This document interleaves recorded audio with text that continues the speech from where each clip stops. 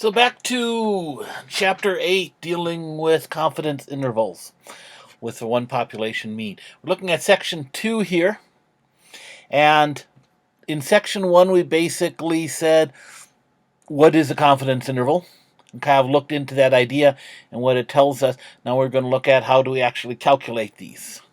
So we're going to look at, in this section, when we know what the population standard deviation is. This is a nice situation. If you know this, you can kind of help make things a little easier. So in section 8.1, we found the 95% confidence interval just using the empirical rule. Say, with 95% is within 2 standard deviations. It's not exactly, but it's good enough for, ballpark estimates. So now we're going to go into more detail. How do you find it with other percentages? And, we'll find that 95% confidence isn't exactly 2, but, again, we'll play with that and see. But working about this when we know this population standard deviation. So first we're going to work with some of the notation again. When we're talking about a confidence interval, we're looking about an interval symmetric about the mean. And we have that just keeps popping up, so I won't do that anymore. So if we wanted a 95% confidence interval, we want the middle of the density curve to be where we're looking at. We want it symmetric about that mean. So the 5%, the 0.05, that's not in my confidence interval, has to be split halfway on one side, halfway on the other. Because we're assuming it's a normal distribution, so we're assuming symmetry, so we go with our symmetry. So if we go at that 0.95 with the empirical rule right now, what this picture is showing, that's within 2 standard deviations of the mean, then more than 2 standard deviations above the mean is 0.025, and more than 2 standard deviations below is 0.025. So we're really looking for those tails. And so we're going to look at the values that aren't in the confidence interval, aren't in the shaded portion. We're going to call that alpha. And so we take our confidence interval is going to be 1 minus alpha. Or alpha is going to be 1 minus a confidence interval, as we see here. So if the confidence interval is 95% or 0.95, then my alpha is going to be 0.05.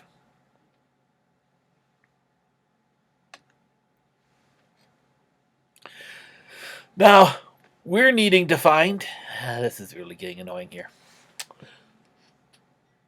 Much easier when I can use the laser pointer instead of this. The computer keeps trying to be helpful. All right.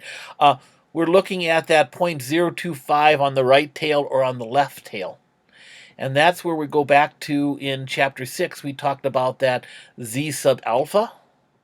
And z sub alpha is the z-score with an area of alpha to the right.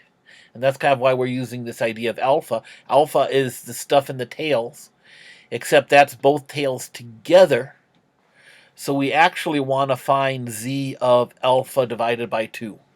So we figure out what's not in the confidence interval, divide it by 2, and we want the z-score that has that area to the right. And that's going to give me that z-score. And we can use that to get this other one over here. So for this case, we would need z of 0.025. So that's kind of putting things together, because we did in chapter 2 look at how can I find z of 0.025. So when we're looking at these confidence intervals, there's another typo I got to fix. We're normally distributed variable. Again, we talked about when we're looking at that. We can say the mean is mu. Okay, the population, the mean is mu, the standard deviation is sigma. Then we can assume that my sample mean, my x bar, is also normally distributed with a mean of mu and a standard deviation of sigma over the square root of n. So we're going to use that when we do this. And so we say we want this confidence interval. So this area right here is going to be my 1 minus alpha, which is shaded. This is alpha over 2. This is alpha over 2. And to find those values, we're going to take our mu plus our z-score times sigma over n. Because, again, to find your value, you take mu plus z times your standard deviation. My standard deviation is sigma over n. So, and then this would be my z-score is based on this confidence interval, how much area we have to be here. So these are the ones we need. The mu plus z of alpha over 2 times sigma over square root of n and minus. Using this, we get what we call the one mean z interval. And so we're going to work through. This is kind of pictorially to see what we're getting at. Now we're going to get you through a procedure to do this. So, first thing to do this, you have to assume a simple random sample. In order to get that, say, a normal distribution is going to give you, your samples are normally distributed only if we have a simple random sample. We have to assume we have a normal population, or we have a large sample, which we talked about before. And the other thing is we need to know sigma. We need to know the standard deviation of the population. But if we have those three things, then we say based on our confidence level,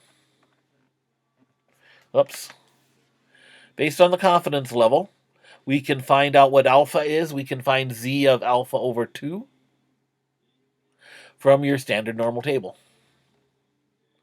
And once you have that, you can use these formulas to find your confidence interval, to find your maximum value, your minimum.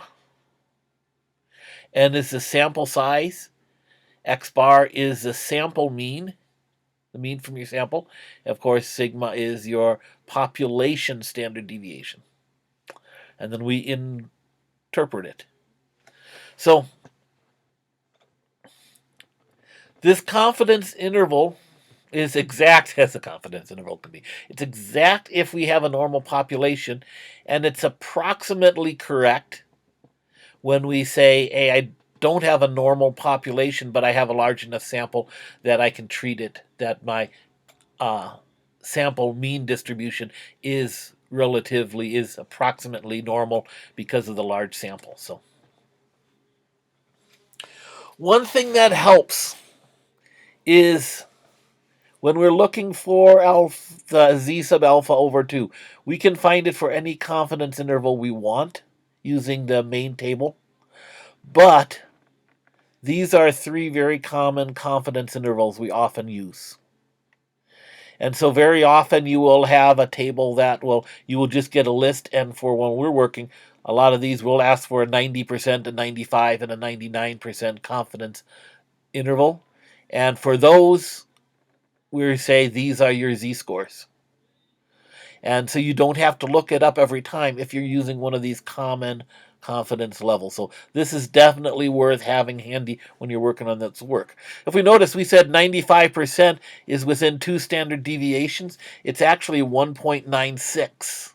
So 2 is pretty close. It rounds to that. So that's the empirical rule is close, but it's better to use the 1.96 versus 2. That's a more exact value. The other thing is, because it's symmetry,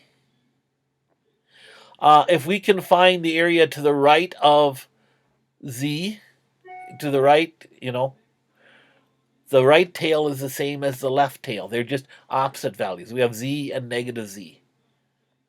So we can use that fact. We find the one that's easiest to find, take the opposite for the other one, because it's symmetrical. That's one of the nice things about being normal. Normal implies that symmetry. So, when can you use this? If you have a small sample, less than 15, only do this if you know for certain that your variable is normally distributed. You're sure it's normally distributed, you're fine. So you can work with a small sample. If you have a medium-sized sample between 15 and 30, generally we can use this, but be careful of outliers. Or if the variable is far from normally distributed. So if you can look at that and you say, I know this isn't a normally distributed sample, then we're going to say we can't do this. Outliers are going to mess you up. So it's worth looking at it at first to say, do I have outliers? Can I use this procedure to do it? If you have a large sample of 30 more or more, you can use this procedure without restriction. So you don't have to worry about it too much. So, but if there are outliers, even if you have a large sample, if you see outliers and you can't justify a reason for that outliers, like for example, when we were looking at that one lab, when we looked at shoe sizes and we had our one shoe size of 25, who has a shoe size of 25? That's obviously, it's an outlier. It's an absurd piece of data. There must be a mistake when someone typed it in, so we can justify a reason to pull it out. But if we can't justify a reason to pull out our outlier, then it's worth doing this. Basically, do the confidence interval with and without that outlier, and to see how much that outlier is going to change things. If there is a substantial difference, you will want to maybe say a different procedure, or try another sample if you can. See if you can get a sample that doesn't have that outlier in it. So you're going to have to kind of look at your data when you do this. So let's work through one of these examples. So we're looking at the Bureau of Labor Statistics is going to collect information. That's what they do. Okay, the 50 people in the force are randomly selected with their ages, and we have that data.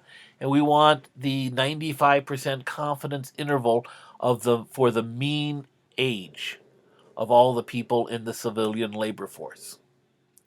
And we're going to assume a population standard deviation, a sigma of 12.1. So here's the data.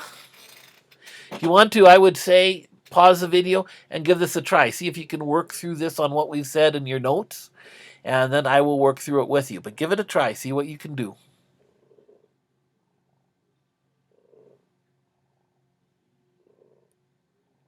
So the first thing they're suggesting is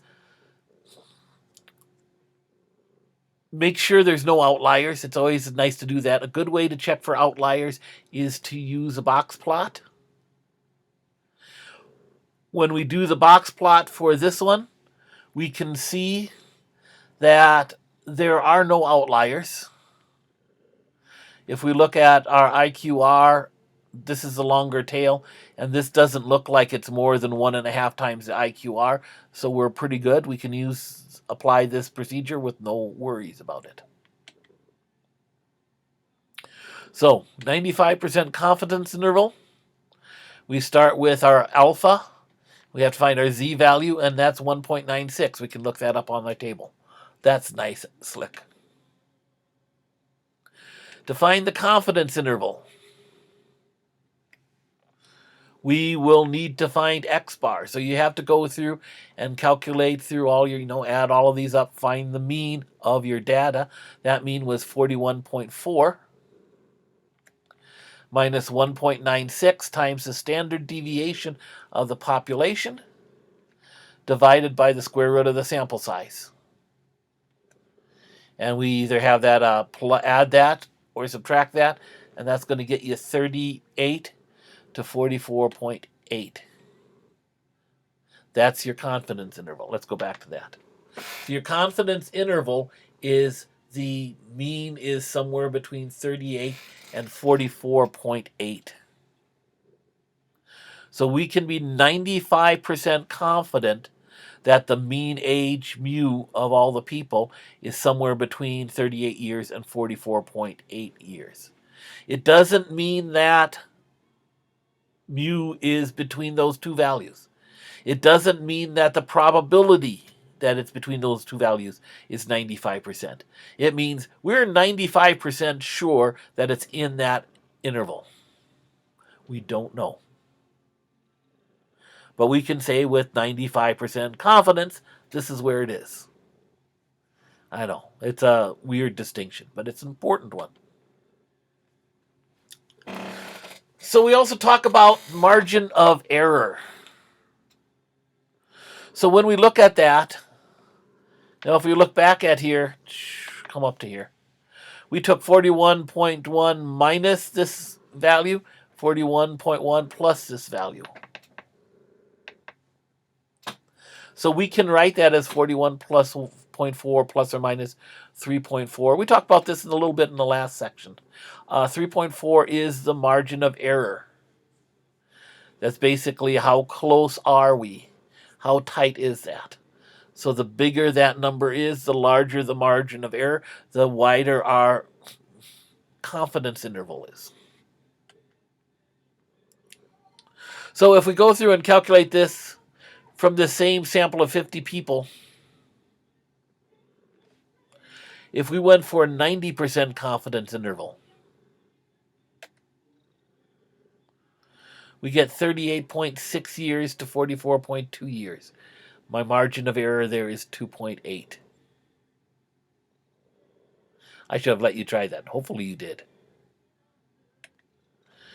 So sample size didn't change. If we decrease the confidence level, we're only 90% confidence instead of 95% confidence. So less confidence, smaller margin of error. So the accuracy, smaller error, we have a tighter interval, confidence interval. So we have more accuracy, but we're not as confident that our prediction is good. Our confidence interval is great. It's only 90% confident versus 95% confident. So you try this one. 50 people. We're going to keep the confidence interval at 95%, but this time we're going to do a sample of 200 people. So go and find the confidence interval, then unpause the video, see if you got the same thing I got.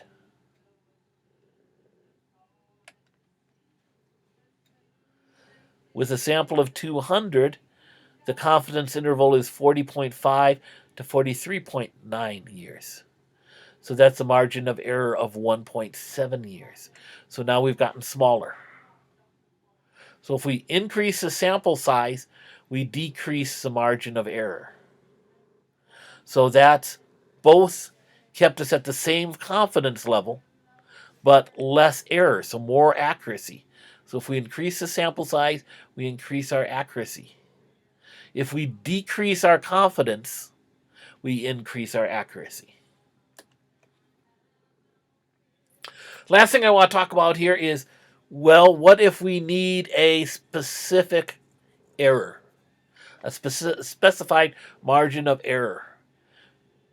Since, as I say, we can keep the confidence level the same, but change the sample size to get our error. Our error is a function of the sample size, so we can undo that equation and we get this new one, that a sample size of z sub alpha over 2 times sigma over e and then square that will tell us what sample size we need for a specific error. Now notice you round up to the nearest whole number. I mean, even if it wouldn't round to that, you take it up to the nearest whole number because n has to be an integer. You can't take a fraction of a sample. And so you can't go down, round down, because then you're going to have more error. So you have to round up to get the next higher, so your error might be a little smaller. You can say, this is my biggest error I can get. So for an example, if we want our margin of error to be 0.5 years, Well, we got 1.96, we got 12.1, we got 0.5. Calculate that out. We get 2,249.79. So we would need a sample size of 2,250. We have a sample size of 2,250, 95% confidence level. We can do that within 0.5 years is our margin of error.